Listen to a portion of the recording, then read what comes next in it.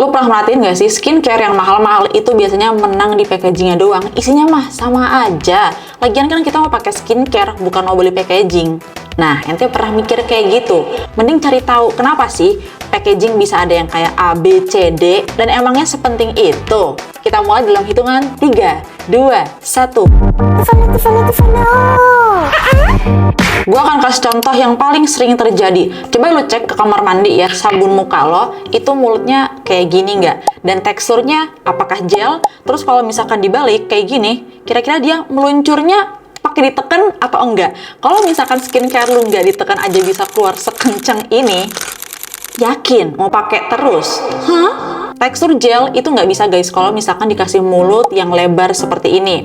Emangnya ada kak bentukan lain? Ya elah, banyak cuy. Nih adalah skincare Korea ya. Ini mereknya Lagum. Dia mulutnya bisa lu perhatiin berbeda ya kan. Yang satu tuh kayak ada kerucutnya gitu guys di atasnya. Sedangkan yang satu botak aja gitu, los. Dan kalau misalkan dibalik, ini nggak gua pencet ya dua-duanya. Lu bisa lihat mana yang terjun bebas.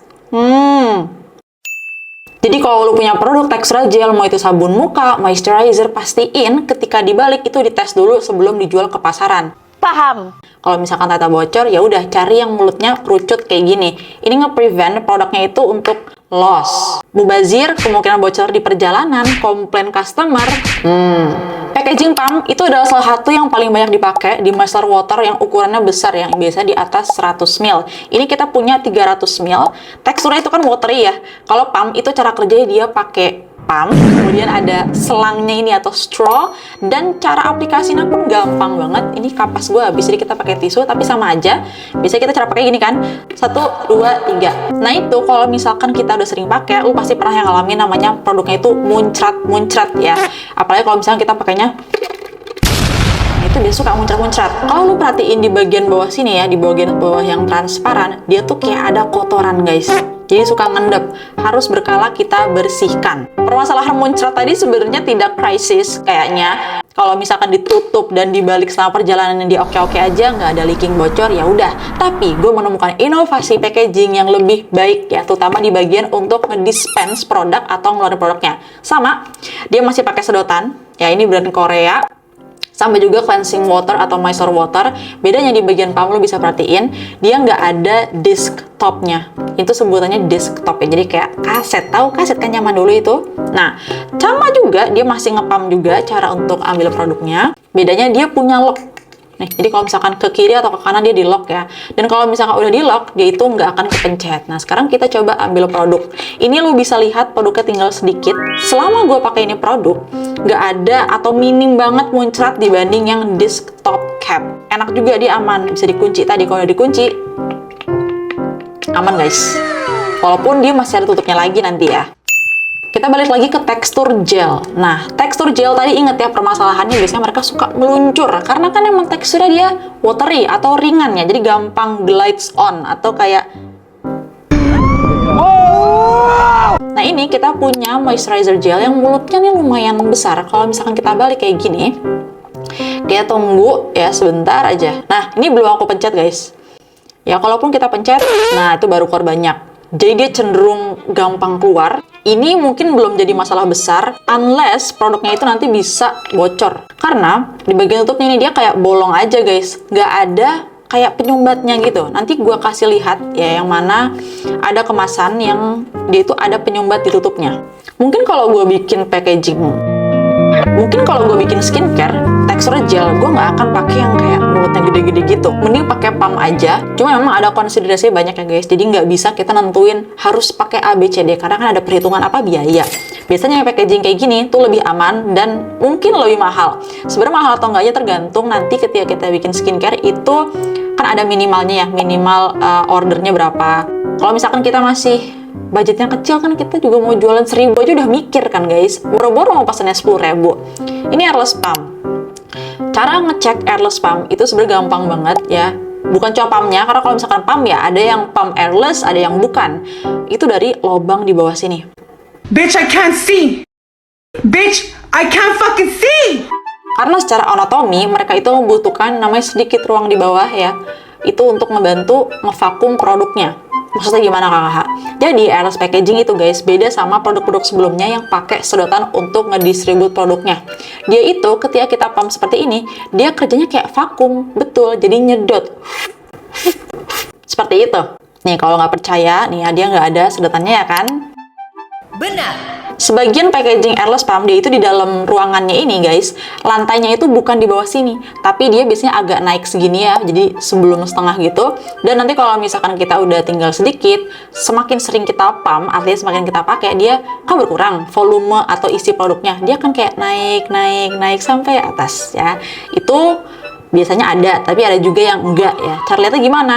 Tinggal lihat dia ada lubangnya apa nggak. Kalau misalkan dia airless pump yang ada lubangnya, berarti dia ada disk topnya tadi sampai atas, jadi kita bisa manfaatin produknya sampai habis, nggak perlu kita kudek-kudek ya kan. Kalau packaging yang pakai sedotan, kudek-kudek, ngerti kudek-kudek nggak? Nah, ingat ya, airless packaging itu adalah salah satu inovasi produk yang menurut gue kayak keren banget untuk di dunia kosmetik dan skincare, tapi tetap dia ada catatan yang perlu kita pahamin. Ini adalah dua packaging sama-sama airless pump. Tapi kenapa kok ada dua kayak gini? Ini packaging lama, ini packaging baru. Jadi kalau misalkan kita mau masukin produk, itu jangan sampai produknya ini alias si skincare itu isinya nggak terlalu banyak. Jadi packagingnya tuh malah kegedean. Karena nanti kesusahan si airless ini untuk ngevakum atau ngeluarin produknya tadi. Ini eye cream 20 ml. Yes, 20 ml. Sama-sama 20 ml. Packagingnya lebih gendut, yang lebih slim, yang lebih kuyus, ya kan? Sama-sama 20 ml, Kak. Betul. Tapi kenapa kok diganti gitu ya? Karena permasalahannya itu ternyata ketika dipakein packagingnya agak lebih gede daripada isi seharusnya gitu ya. Biasanya kalau yang segede gini tuh 30 guys, 30 ml. Tapi ini dipakai untuk yang 20 ml. Betul tadi. Bisa dikeluarin, dia suka agak susah. Kadang bisa, kadang enggak. Kayak gitu. Ini kebetulan lagi gampang aja. Tapi kalau cari TikTok banyak kok yang ngeluhin soal packagingnya FFV ini. Padahal produknya itu bagus banget. Dan yang packaging slimnya ini adalah packaging yang terbarunya. Dia bener-bener effortless. Selama gue pakai pun nggak ada macet juga ya. Tuh.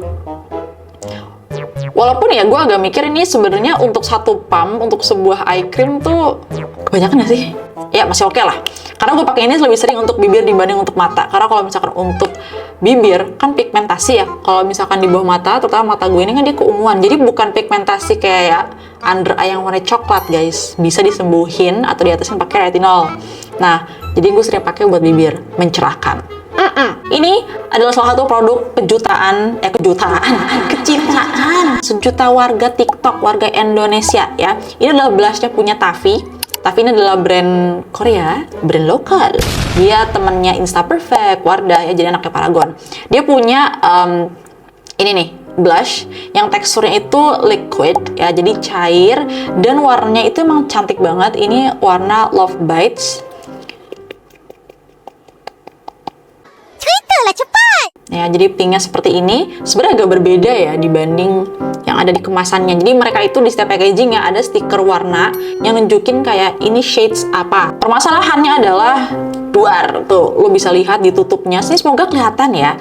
Ini ditutupnya guys. Ampun, ini bocornya banyak banget.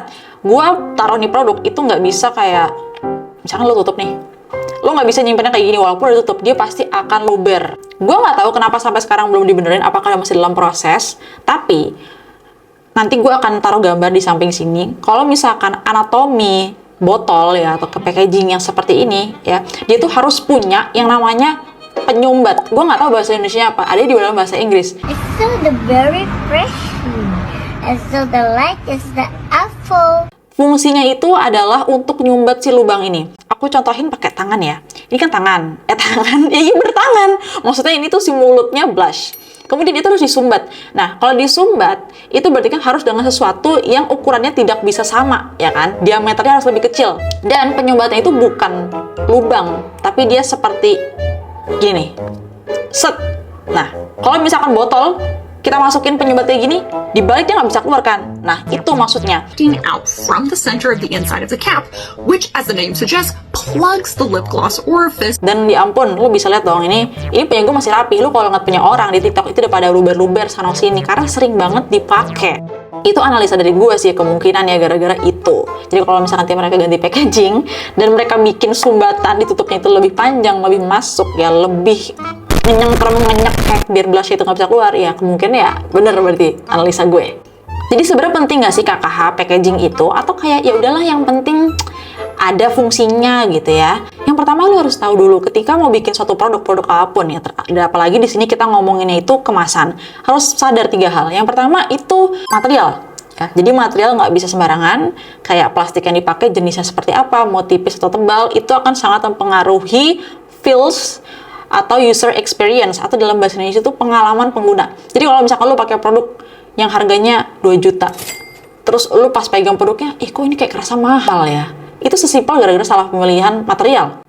Misal, lu beli produk murah, dan emang kerasa murah gitu. Artinya apa? Misalkan packaging itu kayak tipis ya, habis itu pas digurat-gurat tuh gampang ada bekas kukunya, bekas cakarannya, itu kan kerasa murahan, seperti itu. Jadi itu material. Habis yang kedua, ada yang namanya itu fungsi. Balik lagi tadi, fungsi packagingnya ini buat apa? Oh, ini buat untuk ngedistribute produk. Nih, ngedistribute produknya liquid, misalkan kayak tadi si blush Taffy ya. Berarti dia di dalam tutupnya ini harus ada kayak penyumbatnya, guys. Lu bisa lihat ya, di dalamnya itu, di dalam sini, di bawahnya ini dia ada kayak kerucut gitu, itu penyumbatnya. Kalau misalkan kita udah paham karakter yang mau dilindungi atau yang mau dikemas seperti apa, nanti akan lebih mudah untuk menentukan fungsi packaging ini mau jadi apa. Kemudian yang terakhir adalah estetika. Estetika itu apa? Nih, pemilihan warna, kemudian desainnya mau kayak gimana nih, naruh mereknya mau di atas, di bawah, atau sebutin layouting. Kenapa warnanya putih? Kenapa nggak warna kuning aja? Oh, nggak bisa. Labori ini emang mereka brandnya mau warnanya seragam semua, misalkan gitu, biar gampang dikenali. Jadi orang nggak perlu ngebaca Labori aja, ngeliat dari jauh, itu udah langsung bisa nebak, oh itu Labori nggak sih? Jadi gampang diingat dan gampang dikenali. Atau sebagai alat untuk marketing. Ini mudah-mudahan teman-teman gue yang masih SD, SMP, SMA ngerti lah ya bahasanya ya. Makin sering didengar, makin kayak expose sama bahasa-bahasa orang kantoran, itu nanti kalian akan makin cerdas ya, lebih cepat belajar dibanding orang yang maunya pakai bahasa mudah. Kemudian ke pertanyaan kedua, jadi penting atau nggak KKH? Nah, gue tanya balik ke yang nanya, biasanya yang jualan yang nanya, lo jualannya ke siapa? Mana gue tahu. Lo jualannya ke anak SMP, anak SMA, atau orang yang udah kerja, udah punya pendapatan, atau ke ibu rumah tangga. Nah, ibu rumah tangga juga harus jelas. Ibu rumah tangga yang di peak belanjanya, atau yang belanjanya di Tanah Abang, di Tamrin, kan beda mereka kelasnya. Skincare yang dipakai beda dong, gitu kan. Contoh nih, kalau misalkan lo nawarin, Bu, kita jualan krim. oh krim buat apa? Buat flek ibu. Nih, harganya berapa? 50.000. Wah, masa iya krim anti flek 50.000? Saya aja laser 15 juta. Salah market nggak kira-kira? Kalau dikasih harga 50.000, mereka convince nggak, yakin nggak?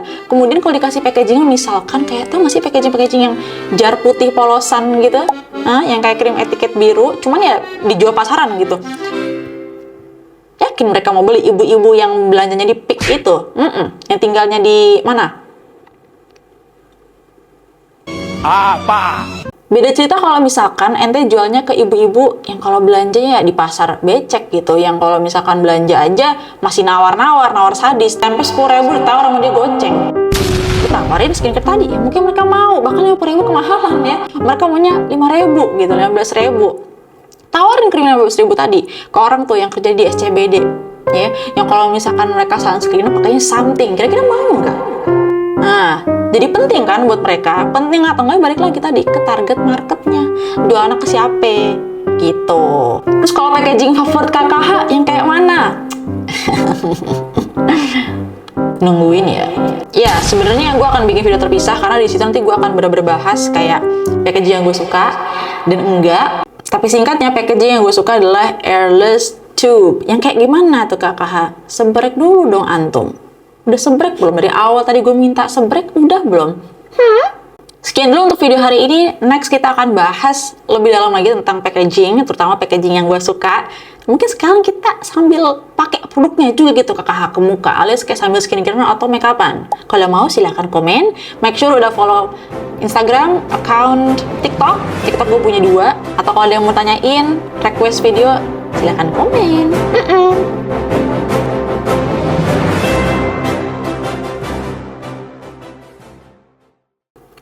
Aduh. Buset, kok pakai mic 2. Rakus banget.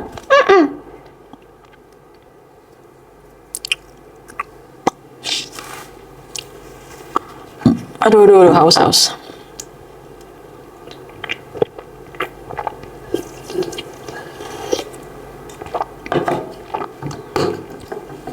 Oh. Wih.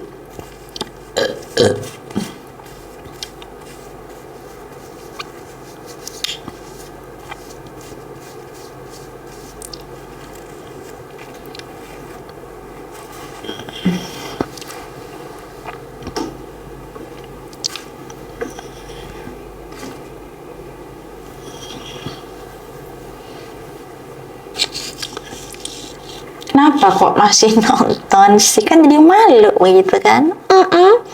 Ya kakak nggak matiin kameranya ya, kita tungguin lah. Bisa aja jawabnya. See you next week.